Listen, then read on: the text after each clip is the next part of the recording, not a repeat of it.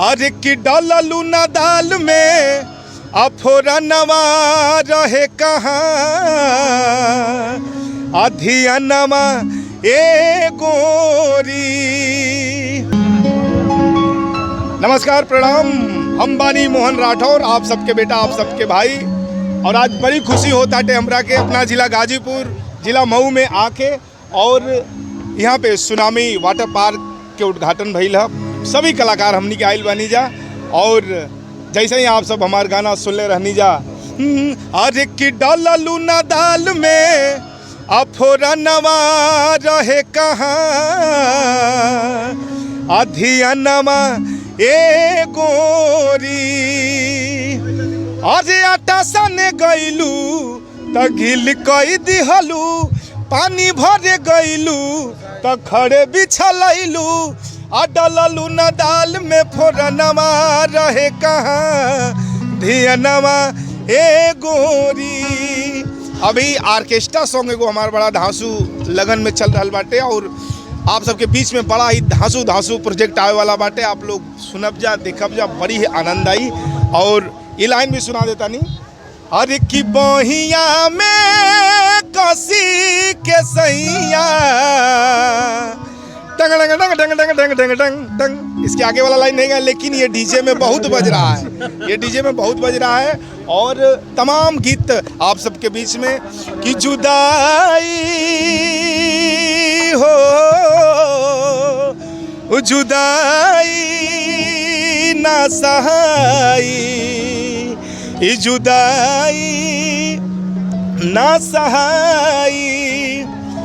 ये गोरी ट्रेंडिंग में गाना चला ताटे कि रोजे नया नया बदलेलू लाभर हो गोरी एगो से होला न सबर हो। आ क्लियर बता दा हमके आज चिरई कि छाने छाने बदले तोहरो मिजाज चिरई उड़न बाज चिरई उड़न बाज चिरई। बहुत बहुत प्रयागराज के सर जी वो दो लाइन सुना दीजिए भैया, दो लाइन माइक से भैया लीजिए। चलिए इस गाने को मोहन भैया दर्शक भी हाँ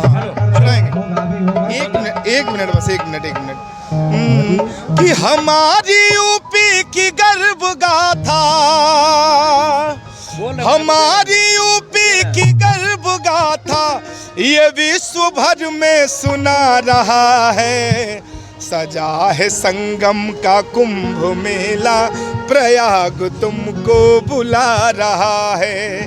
सजा है संगम का कुंभ मेला प्रयाग तुमको बुला रहा है। तमाम गीत आप सबके सुने के देखे के मिला ताटे और आप सबके आशीर्वाद मिला था। बहुत बहुत धन्यवाद आप सभी लोग।